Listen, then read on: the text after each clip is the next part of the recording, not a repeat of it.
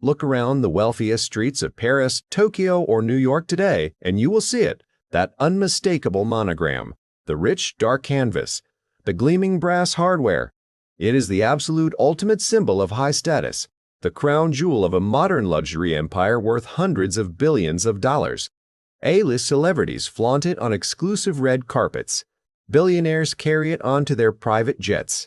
The name alone whispers of unimaginable privilege, elite access, and old money. But the man whose name is stamped onto all that flawless leather, he had absolutely none of it.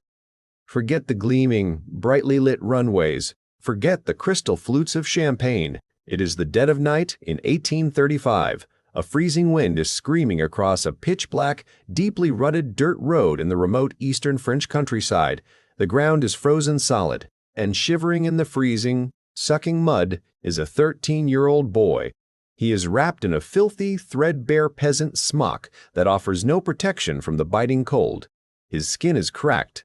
His bones ache deeply from the dampness. He is starving, he is exhausted, and he is completely, utterly alone in the dark.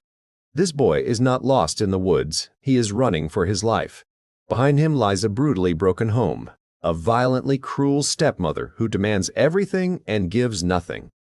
A life of backbreaking, endless farm labor from dawn until dusk that promises nothing but an early, uncelebrated grave. He has finally reached his breaking point. He slipped out into the dead of night, choosing the terrifying, freezing unknown over a guaranteed nightmare at home. But the unknown is incredibly unforgiving. He has no map to guide his steps. He has zero money in his pockets. He has no bread to stop the violent, gnawing pain in his empty stomach. His desperate destination? Paris. A sprawling, chaotic, overwhelming city he has only ever heard about in hushed rumors and fireside stories, and it is 292 miles away. He cannot afford a stagecoach ticket. He does not have a horse to ride. He is going to walk every single mile.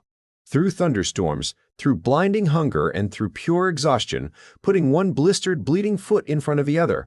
That desperate, freezing, terrified child sleeping in the mud is Louis Vuitton. Today, that exact same name is engraved on the solid gold clasps of $10,000 designer handbags. But in 1835, that name meant absolutely nothing to the world. He was just another starving peasant, a nameless runaway, a forgotten ghost shivering on a lonely dirt road. So, how does a boy with thick dirt under his fingernails and bare feet become the founding father of the greatest, most recognizable luxury house in human history? The answer is not a sudden lucky break. It is not a secret royal bloodline or inherited family wealth. It is a story forged in pure agony and relentless, unbreakable grit. It is a story of cracked hands, sleeping in haylofts, and a grueling, life-threatening 2-year march across France just to stay alive. It is the story of a brutal 17-year apprenticeship in the choking soot and grime of the Industrial Revolution, quietly mastering a craft while the wealthy elite entirely ignored him. And ultimately, it is the story of a single, brilliant, revolutionary design, a stroke of genius that shattered an entire existing industry and permanently changed the way humanity travels forever.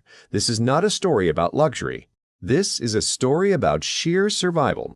This is how a poor French boy created Louis Vuitton. Look at a map of France.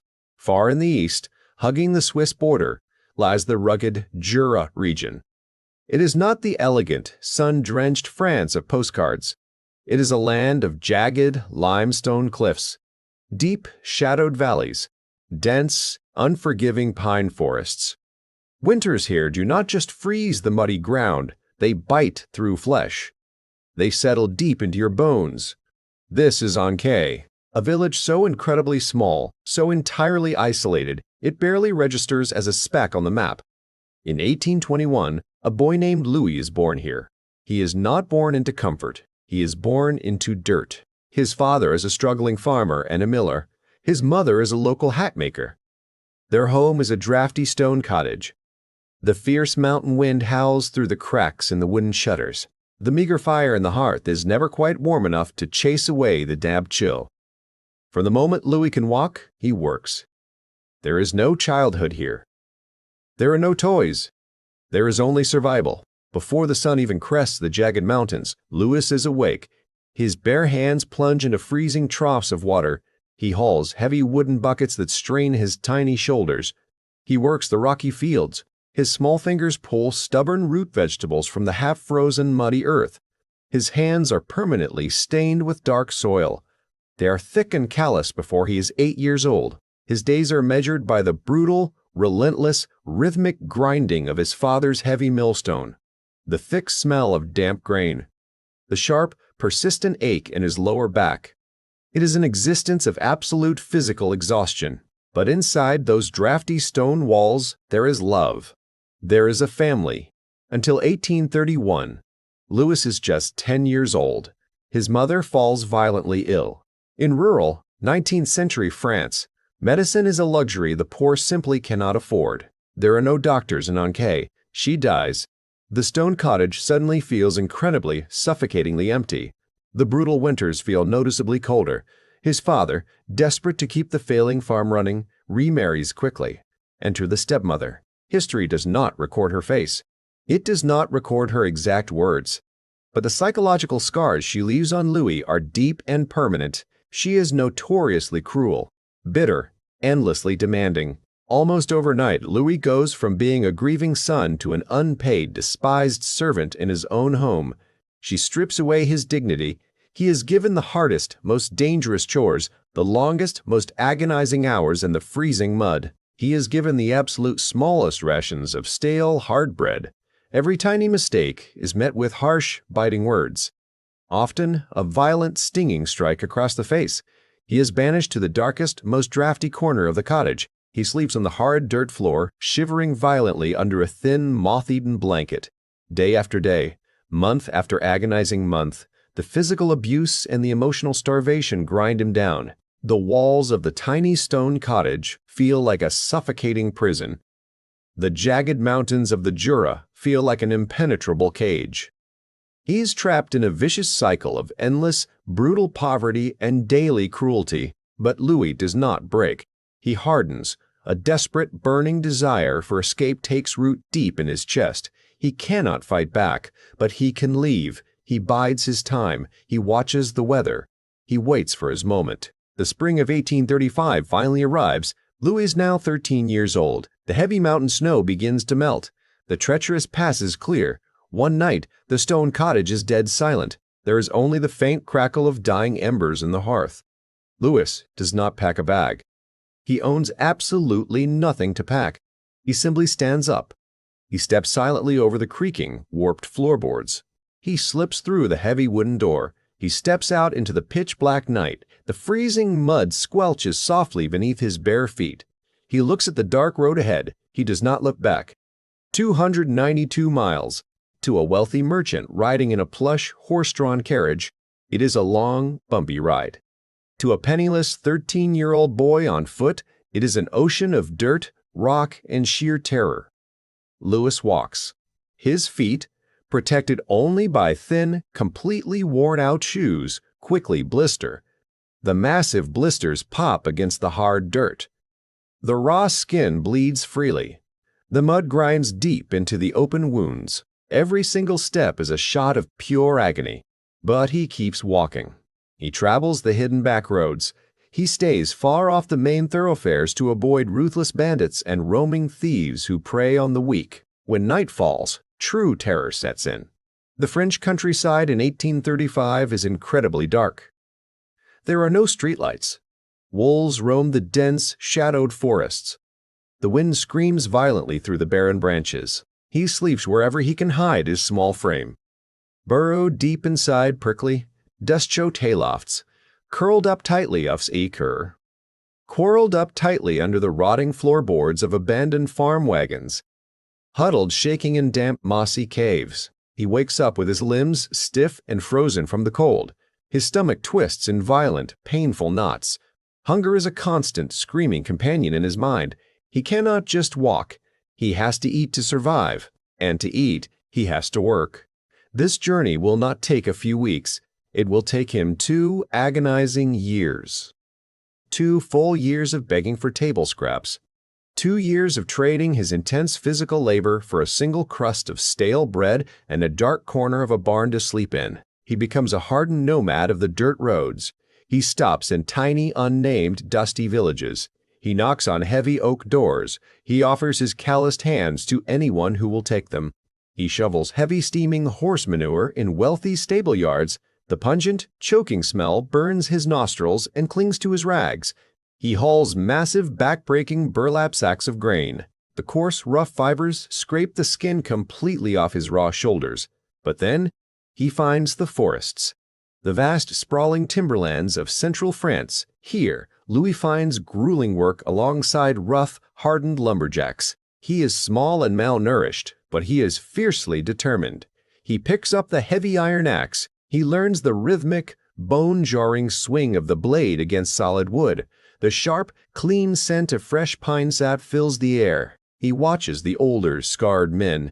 He studies exactly how they read the grain of a massive fallen oak, how they expertly strip the rough, jagged bark, how they shape the raw, green timber into usable planks. He learns the intricate language of wood, the incredible strength of ash, the lightweight flexibility of poplar, the dense, unyielding weight of beech. His hands become rough like thick sandpaper. His young muscles grow dense, tight, and incredibly strong. He is no longer just a runaway, terrified child. He is becoming a craftsman. He learns how to handle a sharp metal handplane, how to shave a plank of wood until it is perfectly, flawlessly smooth. He watches how the wood curls in delicate, beautiful ribbons at his feet. This is not just survival labor. This is an intense masterclass education. Every splinter buried in his palm, every swinging strike of the heavy wooden mallet, every plank of rough timber he carries on his aching back, he is absorbing crucial knowledge. The mud, the stinging sweat, the flying sawdust. It is forming an unbreakable foundation, a foundation built purely on the mastery of wood. He doesn't know it yet, but this punishing, brutal labor in the deep forests is the exact key to his entire future empire. But the forests are just a temporary stepping stone. His eyes are always fixed on the distant horizon. His internal compass is always pointing north, always toward the city. He hoards every single copper coin he earns. He ties them tightly into a dirty, grease-stained rag hidden deep inside his shirt. He finally leaves the timberlands behind. He hits the unforgiving dirt road again. His clothes are literal, shredding rags. He smells terribly of sweat, wood smoke, and dirt. But he is breathing. He is alive. And finally, in 1837, after 2 years of relentless, brutal survival, the landscape slowly begins to change. The endless green fields give way to muddy, deeply rutted, crowded roads. The air grows incredibly thick. He smells the city long before he sees it, a heavy, suffocating, vile stench of burning coal smoke, raw sewage, and unwashed humanity rolls over him. It is 1837. Louis is now 16 years old. He stands at the chaotic edge of Paris. Forget the romantic, glittering city of light. Forget the glowing Eiffel Tower, it does not even exist yet. Forget the wide, pristine boulevards and the elegant, sunlit cafes. This is the raw, bleeding, soot-choked heart of the Industrial Revolution. The city is an absolute, terrifying monster. Thick, black, toxic clouds of coal soot completely choke the sky. The sun is reduced to a dull, hazy, copper-colored disk trying to punch through the thick smog. The noise is deafening and relentless. The rhythmic, explosive hammering of heavy iron from the towering factories, the violent clatter of wooden carriage wheels slamming against jagged cobblestones, the desperate screaming of street vendors hawking rotting cabbage and cheap wares. Louis steps tentatively into the dark maze of narrow, twisting, medieval streets. The buildings loom menacingly over him. Tall, rotting, leaning stone structures that completely block out the natural light. The deep street gutters run black with raw, foul sewage, slaughterhouse blood, and disease. The overwhelming stench makes his eyes water instantly. It coats the back of his throat with a metallic taste. He is entirely, completely overwhelmed. The sheer scale of the city is deeply terrifying. Over 1 million souls crammed into this grid, all fighting viciously for space and survival. And Louis is at the absolute, undeniable bottom of this towering social ladder. He is a filthy peasant, A dirt-covered, uneducated outsider, he has no respected family name, he has no written letters of introduction, he has no powerful trade guild backing him, he looks at the wealthy people rushing past him, men in fine, impeccably tailored wool coats, women in vast, sweeping, brightly colored silk dresses. They do not look at him. To them, he is entirely invisible. He is just another piece of human trash standing in the filthy gutters. Poverty in 1837 Paris is not just uncomfortable. It is a brutal, rapid death sentence. Disease runs completely rampant through the dark alleys. Cholera sweeps through the packed slums like a grim scythe, wiping out entire families overnight. Thousands of orphans and runaway children, just like Louis, freeze to death in the shadows. They starve slowly under the grand stone bridges of the River Seine. Louis knows this instantly. He feels the cold, hard reality of the city pressing heavily against his chest. He has walked almost 300 agonizing miles. He did not survive the freezing wolves, the brutal winters, and the sheer torture of the road just to die quietly in a Parisian gutter. He needs a solid roof. He needs a solid roof. He needs a trade. He desperately needs an apprenticeship. He begins to walk the chaotic, crowded streets. He peers anxiously through the grime-caked, cracked windows of the busy workshops. He sees strong blacksmiths pounding red-hot, glowing steel, bright sparks showering the dark, smoky rooms. He sees focused cobblers rapidly stitching heavy leather boots. He sees wealthy tailors expertly cutting expensive yards of delicate fabric. He knocks on the heavy wooden doors. He asks for work. He is turned away immediately. Too dirty, they snap. Too small, they laugh. We don't take filthy peasants. Heavy doors slam aggressively in his face, over and over again. The few copper coins in his hidden rag are almost gone. His stomach is an empty, hollow, aching cavern. Night begins to fall rapidly over the city. The hissing gas lamps flicker weakly to life, casting long, menacing, distorted shadows across the damp, slick cobblestones. Real panic starts to set in. If he does not find a master willing to take him in tonight, he will sleep on the freezing streets, and the streets of Paris are utterly roofless. He clutches his thin, torn smock tightly against the biting, damp city wind. He keeps walking. He keeps searching blindly. He relies entirely on the one thing that got him through the dark, terrifying forests of the Jura Mountains, his unyielding, stubborn, unbreakable grit. He actively looks for wood. He remembers the heavy timber. He remembers the sharp axes and the smooth gliding hand planes. He listens closely. He follows the sharp, rhythmic sound of metal saws violently cutting through thick timber. He turns a dark, narrow corner. He spots a brightly lit, bustling workshop. Outside, massive, heavy, beautifully constructed wooden crates are stacked high into the night air. Inside, skilled men are working frantically, hammering bright brass nails, measuring thick, protective canvas, carefully packing delicate, expensive items. Louis stops. He takes a deep, shaky breath. He wipes the black soot from his dirty face with the back of his raw hand. He steps bravely toward the open door. He is about to make the single most important introduction of his entire life. He stands in the doorway of Monsieur Maréchal's bustling workshop. The air inside is thick with the sharp, acidic scent of hot animal glue. The rhythmic, deafening thud of heavy wooden mallets echoes off the high, soot-stained stone walls. Louis does not flinch. He steps inside. He holds out his hands. They are deeply scarred. They are impossibly thick. They are the brutalized hands of a boy who knows exactly how to force raw timber into total submission. Maréchal looks at him.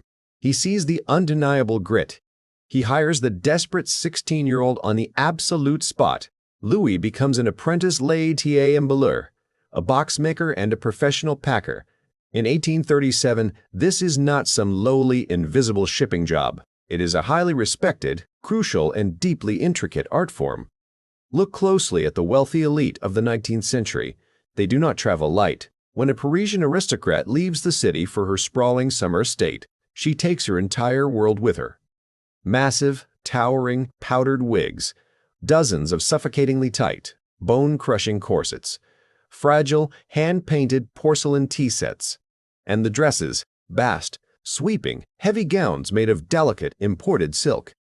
skirts stretched impossibly wide over rigid, heavy steel cages known as crinolines.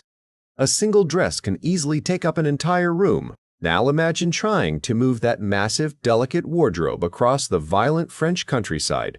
The roads are deeply rutted, muddy, and chaotic. Horse-drawn carriages slam violently over jagged, broken cobblestones, and a new, terrifying, hissing beast is just starting to rip across the landscape, the steam train. Travel is incredibly filthy, heavily turbulent, and entirely destructive to high fashion.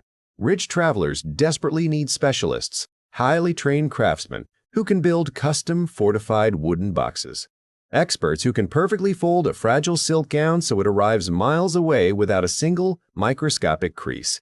Louis throws himself entirely into this hidden world. He stops merely surviving. He begins to master. The brutal skills he learned in the freezing Jura forests are finally unleashed. He knows exactly how to build a wooden frame that will not shatter under immense, crushing pressure. But he also learns a delicate, entirely new language. The soft, whispered friction of pure velvet.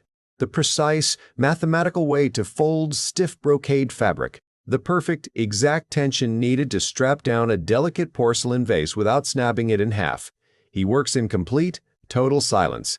He keeps his head down. He does not seek bright fame. He seeks absolute, unyielding perfection. Year after agonizing year, he refines his craft. The boy who once shoveled steaming, rancid manure is now handling the most expensive, exquisite fabrics on the face of the earth. He puts in his 10,000 hours, and then he puts in thousands more. For 17 grueling, completely uncelebrated years, Louis stays fiercely loyal to Monsieur Maréchal. 17 years of sweeping the dusty workshop floor, cutting the heavy, dense wood, policing the impossible, arrogant demands of the Parisian elite. He is patient. He is incredibly sharp. He is waiting for his perfect moment. Then, the calendar violently turns to 1853. The political landscape of France explodes. A dramatic revolution ends. A new, terrifying empire suddenly rises from the ashes. Napoleon III takes power and crowns himself emperor. The grand, gilded, towering iron gates of the Tuileries Palace swing wide open. The French royal court is suddenly resurrected. It is more lavish, more wealthy, and deeply decadent than ever before in human history. At the absolute, radiant center of this dazzling new universe is the emperor's wife, Empress Eugénie de Montijo. She is a powerful Spanish aristocrat. She is fiercely intelligent, and she is the undisputed, terrifying dictator of European fashion. What the Empress wears today, the entire continent violently scrambles to copy tomorrow. Her wardrobe is not just large. It is a massive, sprawling, priceless, kingdom-defining treasure. As she prepares to travel between her stunning, sun-drenched summer palaces, she encounters a massive, infuriating problem. The standard, clumsy palace servants simply cannot handle her intricate, delicate gowns. They ruthlessly crush the delicate lace. They ruin the expensive, stiff crinolines.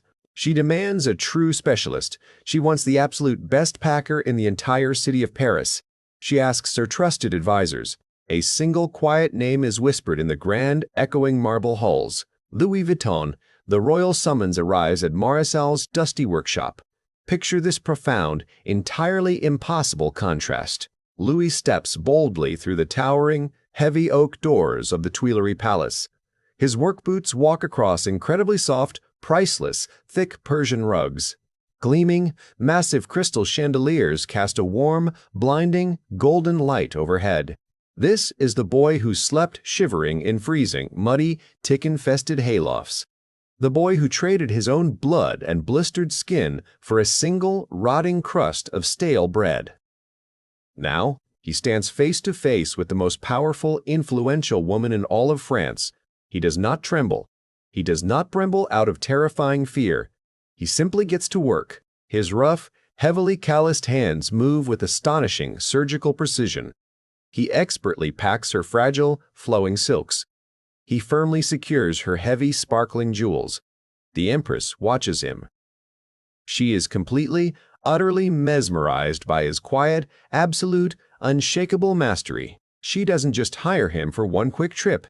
She appoints him as her personal exclusive packer, Suddenly, the entire power dynamic permanently shifts.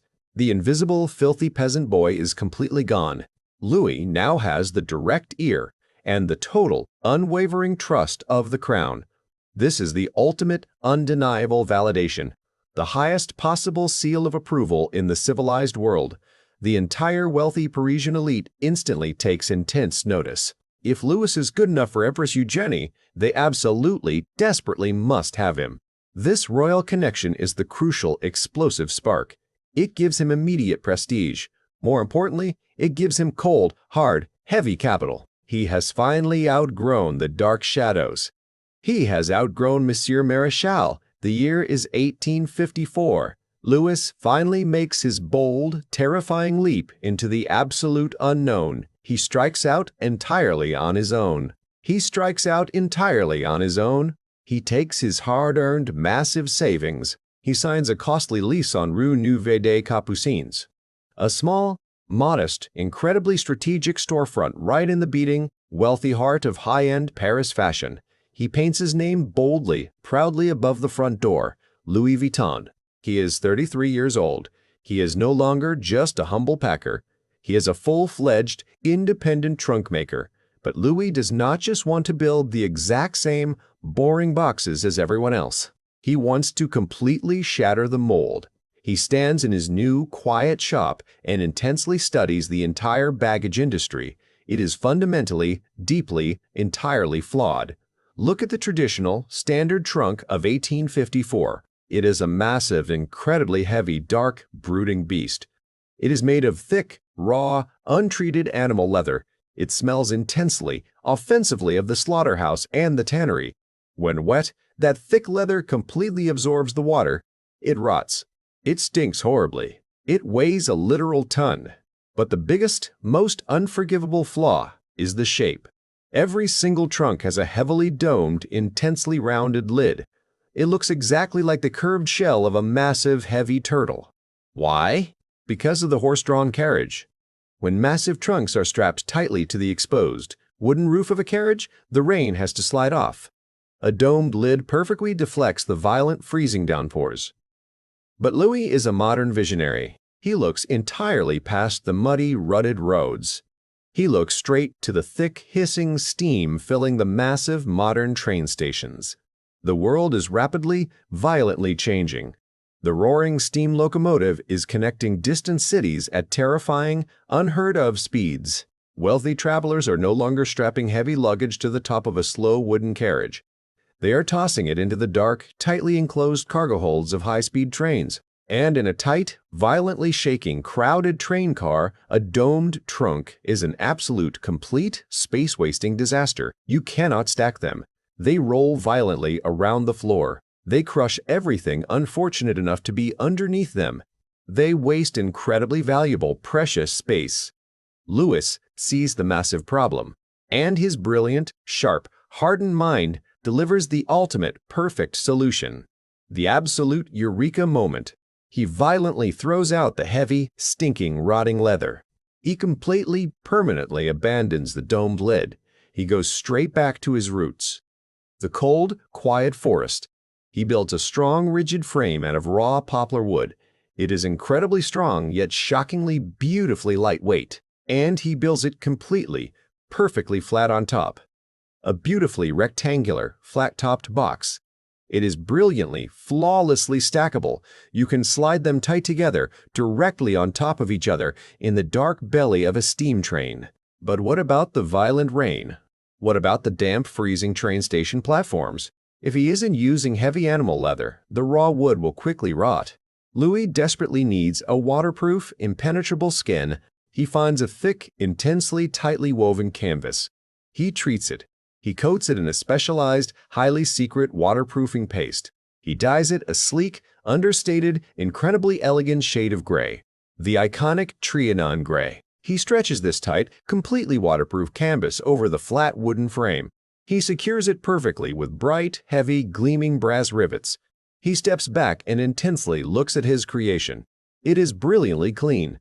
It is flawlessly, perfectly geometric. It is incredibly lighter than anything else on the entire market. It is completely, utterly waterproof. And it can be stacked straight up to the ceiling. This is the legendary Trianon trunk. It is not just a simple piece of luggage. It is a violent, permanent disruption of an entire global industry. It is a brilliant, undeniable, shocking masterpiece of modern engineering and sleek design. The freezing, starving, terrified boy who once walked barefoot through the freezing mud has just invented modern travel. He slowly opens the wooden doors to his brand new shop. He proudly places the flat, striking gray trunk right in the bright, sunlit front window. He waits. The wealthy world is about to knock frantically on his door, and they are never, ever going to stop. The Trianon truck is an absolute, undeniable sensation. Word spreads through the elite Parisian salons like a violently raging wildfire. Aristocrats look at their massive, heavy, foul-smelling leather luggage with total disgust. They completely abandon it. They demand the sleek, flat, waterproof gray canvas. The small brass bell above Louis' shop door on Rue Neuve des Capucines rings relentlessly. From the moment the sun rises until long past dusk, wealthy clients crowd the tiny showroom floor. He simply cannot build the trunks fast enough. His modest workspace is completely, overwhelmingly overrun. High stacks of raw poplar wood spill directly out onto the busy cobblestone street. The loud, continuous thud of heavy hammers echoes through the affluent neighborhood. He needs far more space. He needs intense, rapid production. He needs a true factory. The year is 1859. Louis looks northwest, just a few short miles down the winding blue water of the River Seine. He finds a quiet, dusty, unassuming village called Asnières. It is a strategic, brilliant masterstroke. The village sits directly on the muddy riverbanks. Massive, heavy wooden barges float quietly down the water, carrying hundreds of tons of raw, freshly cut timber. The boats dock, and the pristine wood is unloaded directly onto his own private doorstep. He builds a sprawling, bright, airy workshop with massive glass windows. The sleepy, quiet village is suddenly and violently transformed. Listen closely to the incredible rhythmic symphony of rapid progress. Dozens of highly skilled, muscular craftsmen stand shoulder to shoulder at long, heavy oak workbenches. The sharp, biting hiss of sharp metal handplanes violently shaving soft wood. The heavy, synchronized thud of wooden mallets driving bright brass rivets deep into tight canvas. The thick, sharp, acidic smell of hot animal glue perfectly mingling with the scent of fresh pine sawdust. Louis is no longer just a struggling, hungry artisan. He is a major employer, a titan in the making. He builds a beautiful, grand, towering family home right next to the roaring factory floor. He sits in his plush, velvet-lined parlor, sipping rich, dark, expensive coffee. He watches his young son George play in the sprawling, perfectly manicured garden. He is wealthy. He is deeply respected. He has built a thriving, unstoppable, towering empire. But in 19th century Europe, peace is always a fragile, temporary illusion. July 1870, the tight political tensions violently snap. The brutal Franco-Prussian War erupts without warning. The booming, terrifying, earth-shaking roar of heavy artillery completely shatters the quiet, warm Parisian summer. By September, the ruthless, highly disciplined Prussian army marches forward. They completely surround the city of Paris. The brutal, devastating, suffocating siege of Paris begins. Every single supply line is instantly, cleanly severed. The massive, thriving city descends rapidly into absolute, starving, chaotic madness. There is zero fresh bread. There is no heavy coal to burn against the creeping winter chill. The once wealthy elite are reduced to eating their prized, expensive carriage horses. The desperate poor hunt stray dogs and sewer rats in the freezing, dark gutters. Louis knows he absolutely cannot stay. He desperately gathers his wife and children. They pack only what they can carry on their backs. They flee the tightening, suffocating grip of the military blockade. They abandon the gleaming Asnières factory. They abandon the grand, beautiful house. They abandon the entire, hard-won empire to the ravages of a brutal war. For agonizing, freezing months, the fierce, bloody conflict completely ravages the French countryside. Finally, the French surrender. The choking, toxic black smoke of artillery fire slowly clears from the pale sky. Louis walks slowly, heavily back into the village of Asnières. His leather boots crunch loudly on a thick, devastating carpet of shattered glass and scorched black cobblestones. He stops. He stands frozen before his sprawling, magnificent factory. It is completely, utterly destroyed. It is nothing but a hollow, charred, smoking skeleton of blackened bricks and twisted, melted iron. The heavy oak doors are violently smashed into thousands of jagged splinters.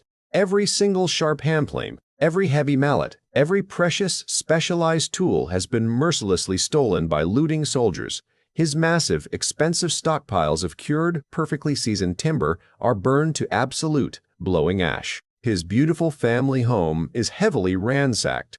The plush furniture is ripped completely apart.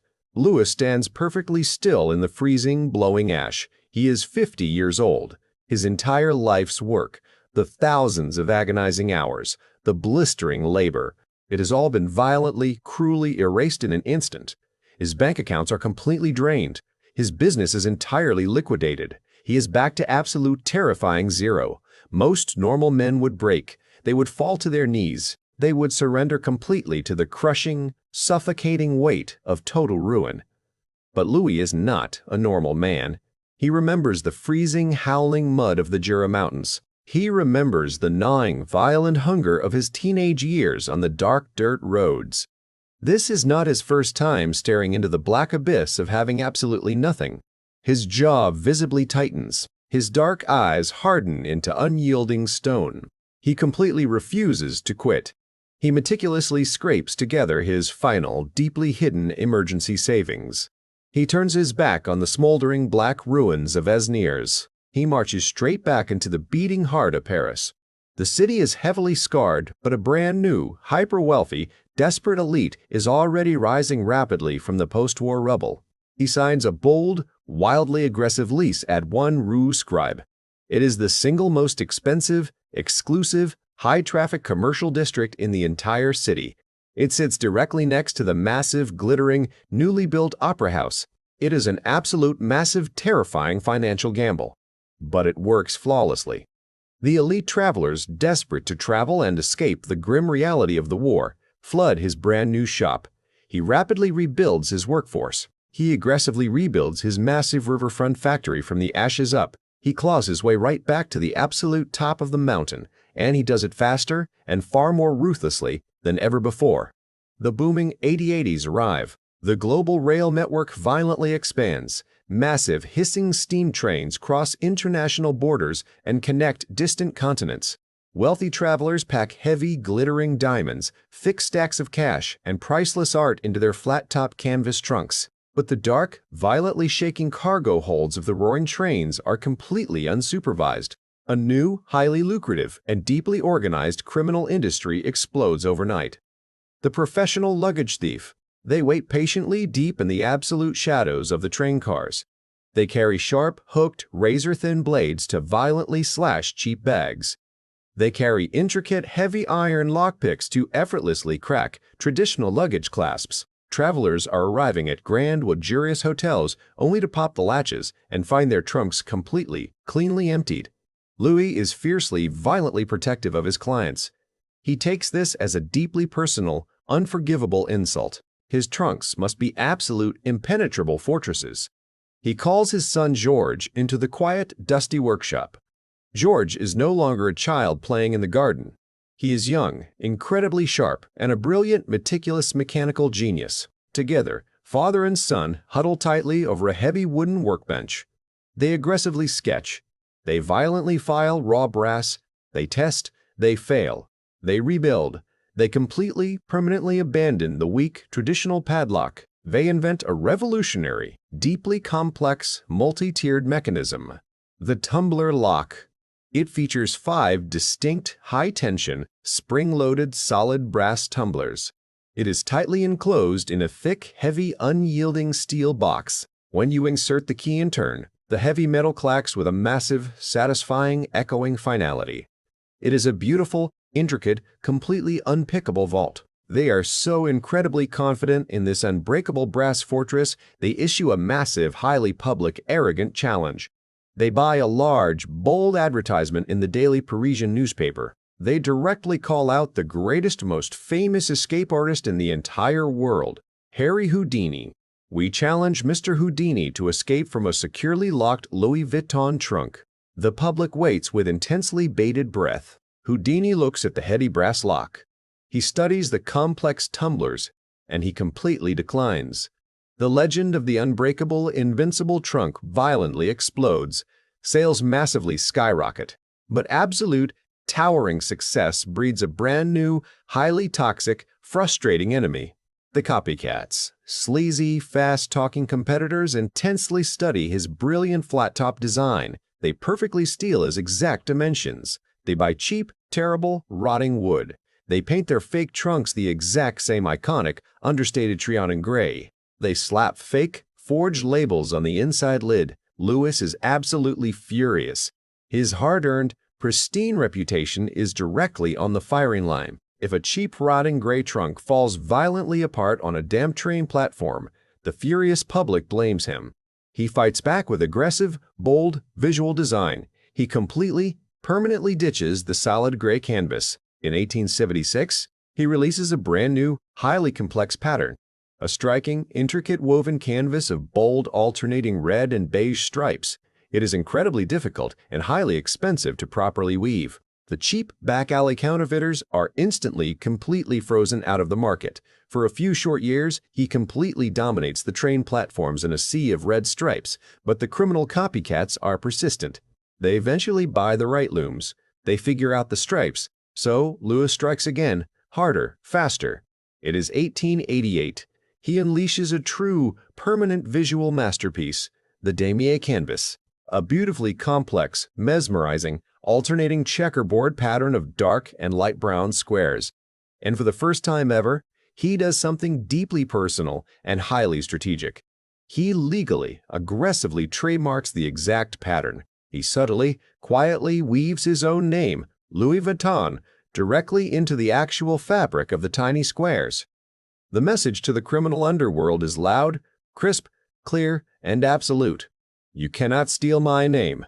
Louis stands quietly in his glittering, brightly lit Rue Scribe boutique. He is heavily aging. His thick hair is stark, pure white. He looks across the massive showroom. He watches his son George, expertly, smoothly demonstrating the heavy brass tumbler lock to a wealthy, nodding duke. The starving boy who slept shivering in the freezing mud has built an unbreakable, untouchable fortress. The family dynasty is fully, permanently secured. February 27, 1892. The rhythmic, heavy thud of wooden mallets inside the sprawling Asnier's factory suddenly falls completely silent. The fires in the iron stoves burn down to soft, glowing embers. The master craftsman takes his final, shallow breath. Louis Vuitton dies at 70 years old. He does not die in the freezing, sucking mud of the Jura Mountains. He does not die wearing filthy, threadbare peasant rags. He dies comfortably in a grand, warm bed. He dies surrounded by immense, undeniable wealth. He dies with the profound, bowing respect of the entire Parisian elite. The boy who started with absolutely nothing has forged a towering, untouchable dynasty. His son, George, steps immediately into his father's heavy leather boots. George carries the exact same relentless, burning ambition. But he does not just want to dominate the train stations of Paris. He wants to fiercely, aggressively conquer the entire globe. He packs the iconic flat-top trunks and sails across vast, turbulent oceans. He boldly opens glittering, massive, brightly lit storefronts in the wealthy hearts of London and New York. But with massive global success comes a familiar, parasitic shadow. The relentless, sleazy counterfeiters continue to ruthlessly hunt the brand. They copy the complex checkerboard. They steal the distinct colors. Georges needs an absolute, permanent, impenetrable shield. He needs something so intricate, so deeply, inherently personal that it can never be cheaply mass-produced by back-alley thieves. The year is 1896. George sits alone at a heavy, polished oak desk. He dips a sharp steel calligraphy pen deep into a pot of dark black ink. He presses the sharp metal tip to thick, cream-colored parchment. He sketches a delicate, geometric, four-petal flower. He draws a sharp, striking four-point star.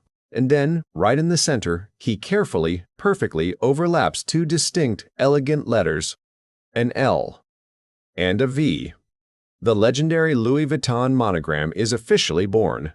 It is rolled onto thick canvas. It is painted in a rich, warm mustard gold against a deep, dark, espresso brown background. It is a brilliant, highly effective, tactical weapon against cheap criminals. But far more importantly, it is a fierce, beautiful, eternal love letter, a permanent homage to the staggering, brutal sacrifices of his late father. Fast forward through a century of history to the present day. Look directly at that exact same interlocking monogram. It is permanently, proudly stamped onto the soaring, glass-paneled facades of towering boutiques in Tokyo, Beverly Hills, and Dubai. It is the heavy, golden anchor of LVMH, the single largest, most powerful, untouchable luxury conglomerate on the entire planet. An empire boasting a staggering net worth that completely defies normal human comprehension. But strip away the blinding, flashing paparazzi cameras. Strip away the screaming, frantic red carpets. Strip away the crystal champagne flutes in the exclusive velvet-roped VIP rooms. What is actually left beneath the gold? The true legacy of that iconic logo is not about inherited, lazy money. It is not about shallow, temporary modern glitz. It is a towering, permanent monument to absolute, brutal, human defiance. It is the physical, undeniable proof of a starving, freezing 13-year-old boy. A boy who stared directly into the terrifying, pitch-black darkness of a remote, unforgiving dirt road. A boy who felt the agonizing hunger in his empty stomach and firmly decided that merely surviving in the freezing mud was simply not enough. So he stood up in the dark. He tightened his thin, dirty rags against the biting wind. He put one bare, violently bleeding foot in front of the other, and he walked almost 300 miles to completely invent his own destiny,